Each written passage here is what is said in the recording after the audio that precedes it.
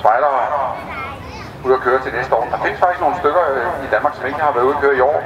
Og der er også nogle folk, der er i gang med at købe et lille restlager nede i Frankrig. Købes til pæne priser. Virkelig. Det er standard Peugeot-dele, der er brugt til de her biler.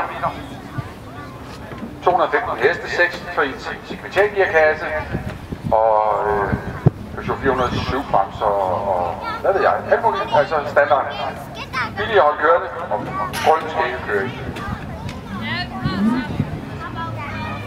Her på Padborg Park, der kører de 200 km/t ud af langsiden, og nu lige om lidt, så vinder Kasper Elgaard. 12 omgange skal vi have. Vi er ved at være der med en start. Det var der. Og hvordan sad vi skabet for Kasper? Ja, det gjorde den. Det gjorde den også for Allan Olsen. Allan Olsen skulle op på en anden plads. Så jeg kan godt sige, fordi hvad med Vendelbo? Hvad vil du gøre derudfra nu, tror du?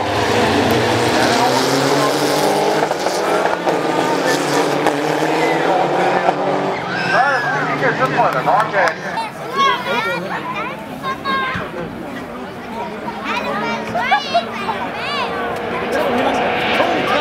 Så har vi Kasper Elgaard ud af langsiden, og så kommer Vendelbo.